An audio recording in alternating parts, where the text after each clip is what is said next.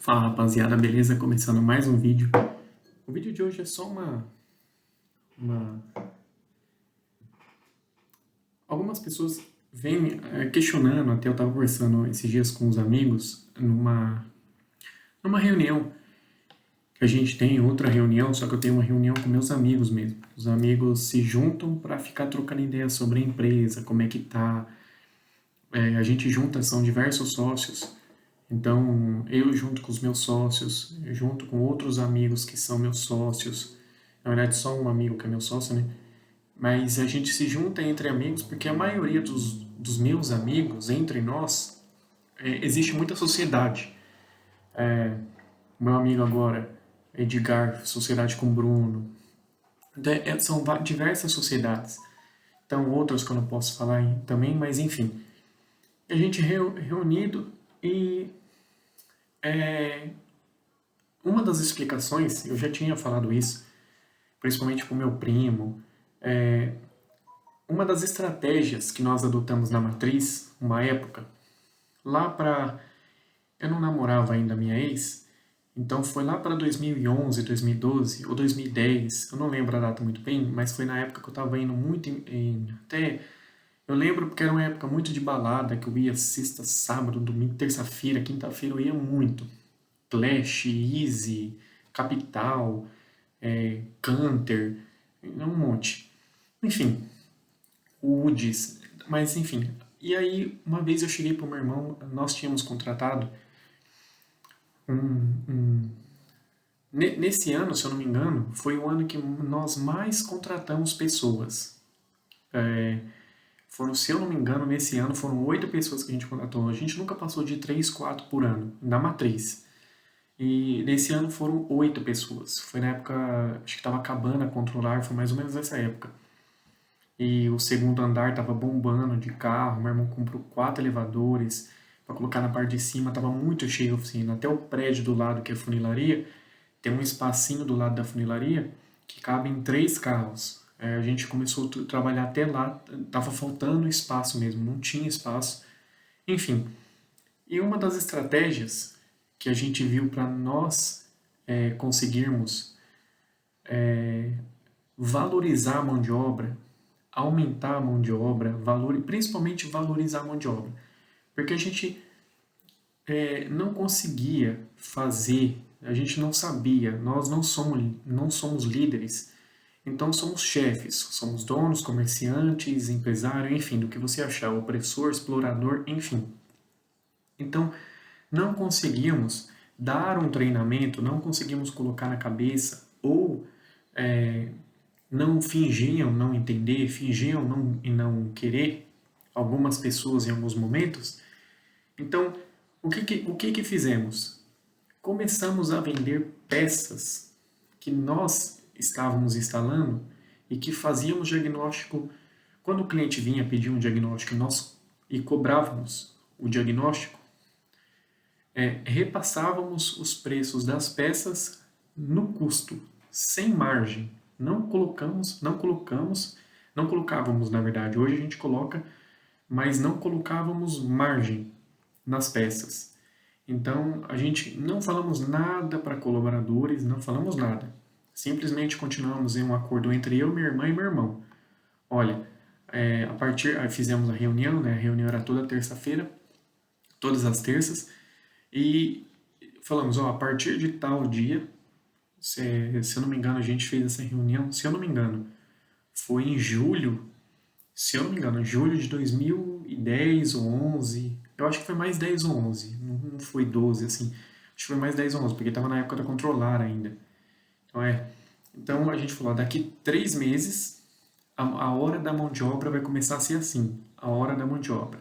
Sempre lembrando que começamos a cobrar hora, a hora de mão de obra desde 2007, 2008. Antes não era por hora, depois começamos a cobrar por hora de mão de obra. E eu acho que eu nunca fiz um vídeo falando sobre por que começamos a cobrar por hora, mas eu vou fazer. Deixa eu até anotar aqui, que depois eu vou anotar alguns motivos, né, que eu posso falar, outros não, mas alguns eu posso falar. Então, Decidimos, na época a gente estava cobrando R$ 50, a média de R$ 50. A gente colocava lá, a gente calculava, vai demorar tantas horas, vai demorar isso. E também foi bem na época que meu irmão contratou consultoria e auditoria. Foi a primeira vez que contratamos consultoria e auditoria. Então, na época, a gente cobrava meio que a média do mercado, sabe? Quanto que o concorrente está cobrando? O concorrente está cobrando tanto. A gente tem uma estrutura maior, temos mais funcionários, temos mais computadores, mais elevadores, mais vagas, mais valetas, isso, isso e isso. A gente pode cobrar, então, 50% mais caro. Então, era esse cálculo. A gente era bem, meio, não sei se eu posso falar desleixado, meio sem tempo, meio sem inteligência, mesmo, meio sem vontade de colocar uma planilha de gastos tudo certinho. A gente tinha até medo, porque se hoje mesmo, se na minha empresa eu colocar todos os custos, gastos e despesas na ponta da caneta, eu fecho a empresa. Eu fecho, porque eu vou ficar tão revoltado que eu fecho a empresa. Então, às vezes, é melhor você fingir que não está vendo para você ter saúde mental, saúde espiritual, saúde física. Então, aumentamos o valor. Na época, eu acho que era mais ou menos 50, foi para R$ 70. Começamos a cobrar por hora. Imprimimos a tabela tempária do Sindirepa, imprimimos, se eu não me engano, 5 ou 6 vias e colamos pela oficina, recepção, cozinha, vestiário, até no estoque nós colocamos. Espalhamos, colocamos na coluna do alinhamento, onde os clientes mais ficavam. Meu irmão colocou um balcão no meio da oficina, nunca teve balcão. Levamos um balcão para o meio da oficina, deixamos atrás, tinha uma coluna, colocamos vários papéis nessa coluna. Enfim, e ajudou muito. A gente trabalhou mais ou menos uns 4 anos até os mecânicos, até o supervisor, coordenador, gerente, descobrir que nós paramos de colocar margem em orçamento quando o cliente pagava diagnóstico. Quando o cliente pagava, mesmo que, por exemplo, o diagnóstico a gente sempre foi assim, pagava o diagnóstico se ele aprovasse o orçamento, independente do valor, se ele pagou R$ 500 de diagnóstico e o orçamento ficou em R$ 200, nós sempre abatemos o valor do diagnóstico. Não importa. O diagnóstico tem oficina, que eu já contei um caso, tem oficina que eu acho certo. Eu acho certo trabalhar assim, que é não abater, porque o diagnóstico é diferente do serviço. São 2 serviços. Diagnóstico é diferente de executar o serviço. Então não deveria abater. Eu vou cobrar para descobrir o problema e vou cobrar para executar a solução do problema, para resolver o problema. São 2 serviços. Então, que eu vejo muitos mecânicos, quando ele abate o valor do diagnóstico, ele está fazendo uma cortesia para o consumidor, para o cliente. Para mim, é cortesia. Se você não acha isso, você acha que é um roubo, é ética, é bom senso, é noção, e não sei. E eu não sei, não quero nunca debater esse assunto, mas para mim é o correto. Não sei para você. Enfim, então nós paramos e começamos a aumentar o volume de carro. O que mais aumentamos foi o volume de carro. Faturamento não aumentou muito, lucro não aumentou muito. Por quê? Porque a margem diminuímos e aumentou o volume de carro. Isso nos ajudou muito. Trouxe diversas dores de cabeça? Sim. Uma das coisas foi, começamos a zerar margem primeiramente em peças elétricas e eletrônicas. Por quê? Um dos motivos era porque os mecânicos odiavam fazer tais serviços. É chato falar isso, eu nem queria falar, mas é chato. E eu sei. Renan, você é chato porque você está falando, porque é importante. É chato, mas é importante. Os mecânicos sempre queriam fugir de diagnóstico. Quando chegava lá, trocar pastilha, disco, escapamento, ia correndo ia até babando fazer o serviço. Quando chegava, precisa diagnosticar, luz tal acesa, sempre fugia daqui, fugia dali, empurrava em um, empurrava em outro, a gente só olhando. O coordenador vinha, olha, o mecânico tá fugindo, o mecânico tá esse, a gente via. Chegava freio, quando olhava lá na ordem de serviço, freio, quero fazer, rapidão, porque não tem diagnóstico, não tem análise, não tem verificações, você não precisa Talvez, em alguns momentos, você não precisa pensar tanto ou pensar em alguns pontos que talvez frite a sua cabeça. Então você pega uma pastilha de disco, obviamente que tem que pensar muito, tem um puta trabalho, tem que ser um trabalho muito bem executado, tá bom? Estou valorizando o seu trabalho para você já não me xingar. Então precisa ser cirúrgico para fazer uma troca de pastilha e disco. Mas para fazer certos diagnósticos elétricos e eletrônicos, você perde mais tempo, é um pouquinho mais. Talvez de novo, talvez. Eu vou ter que escrever essa palavra talvez aqui na parede. Talvez, em alguns momentos, possivelmente, eu acho que vai precisar um pouquinho mais de trabalho, de esforço, de proatividade, de dedicação. Então, sempre fugia. Então, eu que falei pro meu irmão, falei, precisamos zerar nessas peças. E o meu irmão já meio radical, já nervoso, né?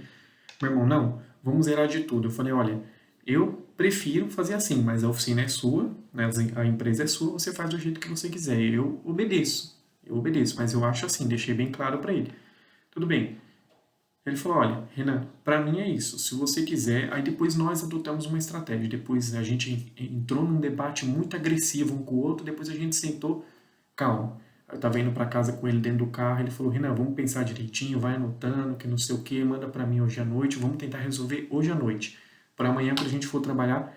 E nós resolvemos de uma forma entre nós ali. Não começamos a colocar no custo todas as peças, não era só elétrica e eletrônica, foram outras peças, não era só quando o cliente pagava diagnóstico, mas também quando o diagnóstico era grátis em alguns casos. Então nós fizemos o nosso próprio termos e condições, não sei se eu posso falar assim. Então isso nos ajudou muito, muito, muito, muito. É, em questão de aprendizado, começamos a ver milhões, não são milhares, não são centenas, milhares e milhões, né? Milhões de situações. Eu não estou exagerando. Milhões de situações que nós nunca tínhamos visto. Eram desculpas novas, eram explicações novas, eram frases novas, atitudes novas que nós nunca tínhamos visto. Nossa, tipo, antes sempre que for fazer o diagnóstico de tal carro era assim, agora é assim. Antes era assim, agora é assim. Mudou muito. E eles nem sabiam, quando a gente montava o orçamento, pelo WhatsApp ou pelo telefone, contávamos a peça no escritório, ninguém ouvia, colocávamos o preço no orçamento e na época eu e meu irmão que ligávamos, ou o supervisor ou o gerente que ligava para o cliente para passar orçamento. Mas 80 a 90% os orçamentos eram repassados por mim e pelo meu irmão. Acho que a sequência correta é pelo meu irmão e eu, né? Sempre é a terceira pessoa em primeiro lugar. Então, eram repassados pelo meu irmão e eu. Então, a gente viu que, lógico, muitos orçamentos a mais foram aprovados e isso foi maravilhoso pra gente. Maravilhoso. Depois a gente, por anos, a gente parou de colocar, de vender muito no custo, pegar mesmo com mão de obra, lá para 2016, 2017. Lá para 2016, 2017, paramos. Paramos, chega de aprendizado. A gente viu que já depois de um tempo, depois que eles descobriram, né, que a gente não estava colocando margem, porque um rapaz, ele pegou o orçamento e do nada, eu não sei o que deu nele, ele ligou e viu que ele falou, vocês não estão colocando margem? A gente falou, nesse caso não, tal, enfim. Aí já começou a ficar esperto, aí depois depois que eles descobriram, não deu muito mais pra gente aprender, mas aprendemos assim, coisa de 500 papéis desse aqui anotado frente e verso, 500 folhas A4 anotado frente e verso. Foram muitos aprendizados que estão muito bem guardados, todas as anotações dessa época. Muito bem guardados e anotados. Então foram muitos anos de aprendizado. Aí depois que descobriram, beleza, vamos voltar a colocar margem. Mas, para nós, usamos essa estratégia. Deu muita valorizada na mão de obra, muita. Porque vou puxar um assunto de outro vídeo. Hoje eu vejo muitos mecânicos em grupo do Facebook, diversos grupos, eu faço parte de uns diversos, assim, 6 grupos que eu faço parte no Facebook, automotivo. Eu vejo muitos reclamando. Eu já fiz um vídeo falando sobre isso, um pouquinho, né? Ah, o mercado hoje está difícil. Hoje eu vi uma postagem de um rapaz. Ah, não sei o que vocês estão trabalhando para dar dinheiro, mas eu fugi para tal área, corri para tal área, mudei, migrei. Enfim, será que por anos, a pessoa que presta serviço, ela começou, na hora de fazer um orçamento, ela dava desconto mais na mão de obra do que em peça? Será que ela nunca pensou nisso? A primeira vez que o meu irmão falou isso para mim, eu lembro até a roupa que eu estava vestindo.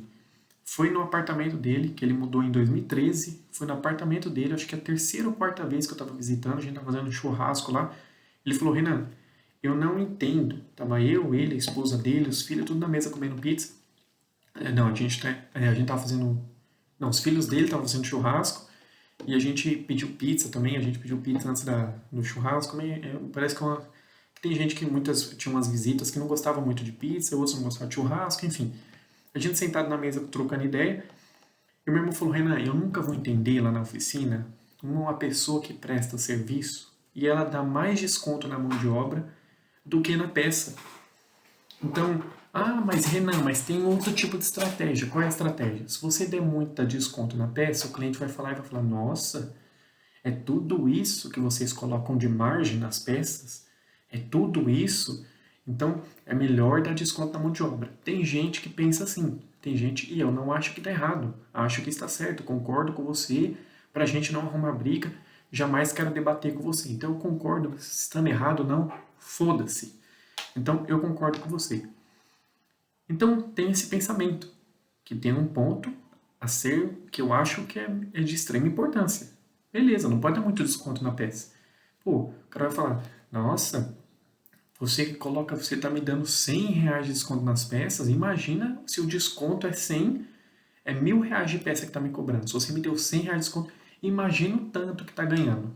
Então, o cliente ele já pensa assim, 99,9999% tem chances, tem as possibilidades de pensar dessa forma. Não estou falando que vai, estou falando que aumenta as chances, tem as chances. Então, é perigoso. Às vezes você tira toda a margem das peças, você tira tudo. Você vai dar desconto, você tira tudo. Você realmente, mil de peça que você passou para o cliente, você ganhou R$ 100 de margem de contribuição. Não tem nada a ver com lucro. Para de ser burro. Então, margem de contribuição. Então você tira tudo, só que o cliente, mesmo que você fale: ó, tirei toda a minha margem, que era R$ 100, o cliente ele não vai acreditar. Ele não vai acreditar. Normal, foda-se.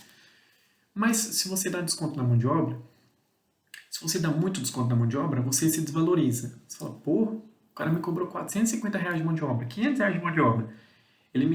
Na hora do. Vamos supor que foram 2.000 de peças, R$ 500 de mão de obra, e no final ele deu um desconto, um único desconto de R$ 100. Aonde foi? De mão de obra. Tanto que em 2013 o meu irmão começou eu pedi para o meu irmão fazer isso, porque o meu irmão começou a falar para eu cuidar de comissão. Renan, você vai cuidar da comissão dos mecânicos, você vai sentar com eles todo final de mês e você vai calcular a comissão que eles têm que receber em peça, em serviço, em quantidade de carro, tudo isso. Um monte. Eu pegava lá a planilha, ia lá, sentava com eles e a gente calculava. E para me ajudar, facilitar o meu trabalho, eu falei: olha, na hora de dar desconto, porque a gente dava desconto assim, a gente colocava desconto e aparecia nossa ordem de serviço, ela aparecia assim: peças, serviços, serviços externos, desconto e observações. Então, esse desconto, ele era uma linha separada e o cliente não sabia. Por exemplo, um serviço de 587,30 e eu dava um desconto de 87,30. O cliente, ele ficava: ué, depois eu vou fazer um vídeo falando sobre isso. Mas o cliente, ele: ué, deu desconto no quê? 87,30 do quê? Tem muitas pessoas que vão falar, Renan, não importa, o cliente quer que se foda. O cliente quer o desconto. Na hora que eu compro uma geladeira, um fogão, uma TV, e eu ganhei R$ 500 de desconto, eu não quero saber se foi da geladeira, se foi do fogão, se foi da TV. Nós pensamos diferente. Nós queremos que o cliente saiba de onde veio o desconto. Vantajoso. Vimos vantagens nisso. Se você não vê, beleza, respeito você, nem questiono. Mas começamos a colocar desconto, por exemplo, desconto em peça, desconto em mão de obra, desconto em serviço externo, enfim. E até depois, em 2018, colocamos um campo de cortesia, que não era desconto, nem cobrávamos. Colocava, por exemplo, alinhamento, o cliente ganhou um alinhamento. Alinhamento, cortesia, que era outra linha, não era desconto, não colocava o preço do alinhamento e dava desconto. Não, cortesia, zero. Enfim, então isso ajudou muito a gente, muito, muito, muito. Até a questão de ver o comportamento dos mecânicos, como é que os mecânicos estavam trabalhando. Se eles iam continuar dando mais desconto em mão de obra do que peça. Muitos continuaram e continuam até hoje. Tem mecânico com a gente há 20 anos. Tem um não, né? São mais de 10 mecânicos que estão com a gente há mais de 20 anos. Então, muitos deles vêm nos meus vídeos, já descobrindo todas essas estratégias, eles continuam dando desconto a mais na mão de obra. Talvez irão morrer sem mudar, achando que estamos errados, tendo certeza que estamos errados, que ele está certo. Enfim, dane-se, foda-se. Você tem a liberdade de fazer o que você quiser, arque com suas responsabilidades, arque com seus compromissos. Aí eu não posso ser pai. Uma pessoa com 33 anos não pode ser pai de uma pessoa que tem 40, né? Com uma pessoa que tem 50. Então, não. Então, eu se for para tentar ensinar alguém que tenha menos idade do que eu, mais idade do que eu, meu, tipo, segue sua vida, não quero ensinar nada para ninguém. É assim que eu penso. Enfim, é uma cabeça atrasada, né? Enfim. Então, gente, eu não sei se você usa esse tipo de estratégia, porque eu também falo isso por uma questão estratégica, que eu não vou falar. Eu não posso falar qual é a questão estratégica, porque eu gostaria e quero muito que todos os meus concorrentes trabalhem com peças no custo. Ah, Renan, por quê? Eles vão vender mais, não tem problema. Principalmente se você vende mão de obra. Se você vende mão de obra, eu desejo, quando meu primo abriu uma oficina aqui perto do Shopping Interlagos, eu falei, venda peças peças, vai trocar embreagem, coloque a embreagem no custo. No custo, não coloque margem. E talvez se você conseguir interpretar meu vídeo de algumas formas, você já vai sacar. Por que eu penso dessa forma? Porque eu desejo isso. Talvez você já vai sacar. Mas se não, se você interpretar meu vídeo diferente, meu vídeo ficou muito ambíguo, não tem problema. Mas é uma estratégia que eu gostaria que todos os concorrentes adotassem. Não use margem. Não use margem. Não coloque, pegue o preço de autopeça e passe com o preço de autopeça. Pega o preço de distribuidora, passa o preço de distribuidora. Não coloque. Não coloque. Pega o preço da fábrica. Muitas fábricas hoje estão vendendo online. Pega o preço da fábrica e passa para o cliente. Não tem problema. Faça isso, tá bom? É uma estratégia que eu adoraria que todo mundo adotasse. É isso. É nóis. Deixa aqui embaixo seus comentários. Dá like no vídeo, por favor, dá like. Eu sou um dos poucos youtubers no Brasil, se eu não for o único, desculpa falar arrogância e prepotência, mas que alcançando visualizações nos meus vídeos, inscritos e likes, eu dou voucher de compra nas minhas lojas de até 12 mil dólares americanos. Então, dependendo, entre no blog abaixo que você vai ver as condições para ganhar vouchers entre 100 dólares até 12 mil dólares para inscritos, para pessoas que assistem meus vídeos. Então, não só no YouTube, como em qualquer plataforma que monetiza. Então, está lá as condições. Quem compra no atacado comigo pode ganhar voucher, como em 2021, mais de 40 empresas ganharam 48 mil dólares de voucher comigo. Em 2021, mais de 40 empresas ganharam mais de 48 mil dólares de voucher de compra. Voucher de compra. E tem as condições do resgate. Então a pessoa ganha o voucher e tem as condições do resgate. Então, pessoas que vendem para mim, não precisa comprar comigo. Se você vender para mim, você já tem como ganhar vouchers. Então não precisa comprar. Se você vender para mim, que talvez é o que você quer, Renan, eu quero vender para você. Está aqui embaixo o e-mail. Acesse, mande sua lista de produtos, mande o seu catálogo, as suas condições. Eu envio minha ficha cadastral para você, você leia a ficha cadastral, que é bem extensa, bem comprida, concorda com os termos ou não, começamos a fazer uma parceria e assim nós melhoramos o nosso mundo, não ficamos cagando regra na cabeça dos outros e nós vamos melhorando a vida dos seus colaboradores, dos meus colaboradores e assim vamos aumentando a ajuda. Porque só cagar regra no LinkedIn, só cagar regra no YouTube, só cagar regra no Twitter, acho que não está mudando o mundo.